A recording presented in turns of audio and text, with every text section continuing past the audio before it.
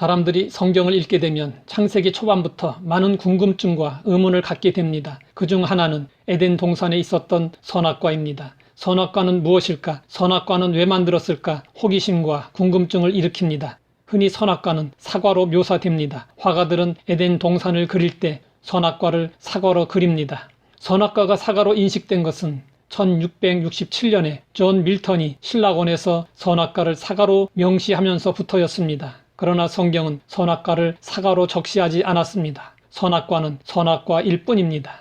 근래에 저널리스트이자 여행가인 스튜어트 리 앨런이 악마의 잔에서 하나의 가설을 제시했습니다. 에덴 동산의 선악과는 사과가 아니라 커피 열매일 수 있다는 것인데 그 근거는 이렇습니다.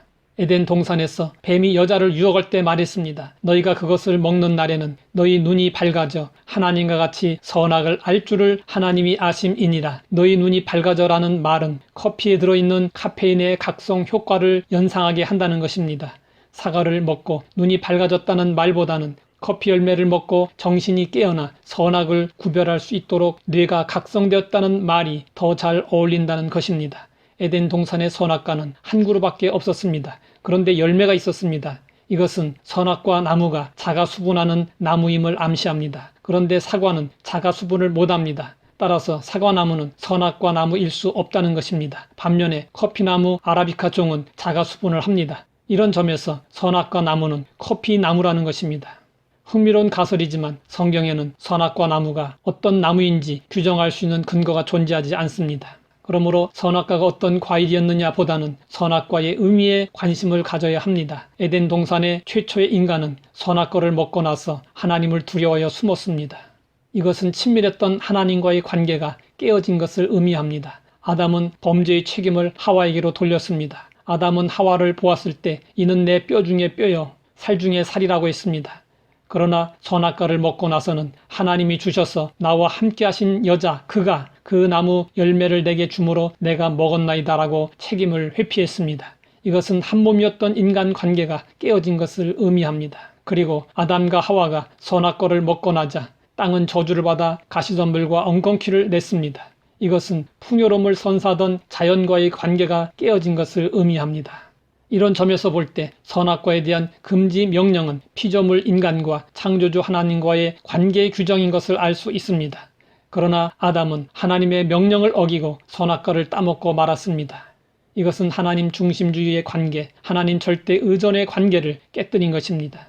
물고기는 물속에서 살도록 지음을 받았습니다. 물고기는 물속에 있을 때 자유롭습니다. 새는 공중에서 살도록 지음을 받았습니다. 새들은 땅에서 걷는 것보다 하늘을 날 때 자유롭습니다. 인간은 하나님의 형상과 모양대로 지음을 받았습니다. 따라서 우리는 하나님 안에서 살아야 합니다.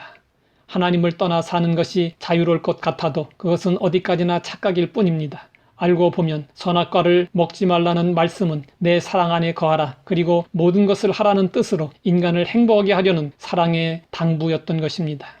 어머니 모니카의 간절한 기도로 오랜 방탕 생활을 마치고 하나님께로 돌아온 어거스틴은 고백했습니다. 하나님의 품에 안기기 전까지는 결코 만족감이 없었습니다. 우리 마음의 빈자리는 오직 하나님만으로 채울 수 있습니다. 인간 내면 깊숙이 자리 잡고 있는 하나님의 자리는 이 세상 것으로는 채워지지 않습니다. 많은 사람들이 세상의 부귀 영화 권세를 가지고 그 자리를 메어보려고 하지만 다 부질없는 일입니다. 우리가 신앙생활을 하는 것은 시간이 남아서 교양을 함양하기 위해서 사람들을 사귀기 위해서가 아니라 지음받은 목적대로 살려는 것입니다. 하나님과의 관계는 우리 삶에 있어서 가장 중요하고 본질적인 것입니다. 하나님의 형상대로 지음받은 우리는 하나님 중심주의로 살아야 합니다. 하나님 아버지, 우리가 추구해야 할 진정한 자유가 무엇인지 깨닫게 해주시니 감사합니다. 우리 마음의 빈자리를 오직 하나님으로 채우고 참 만족을 누리는 인생을 살게 하옵소서. 하나님 중심주의, 하나님 제일주의로 하나님을 영어롭게 할 수 있도록 도와주시옵소서. 예수님의 이름으로 기도드립니다.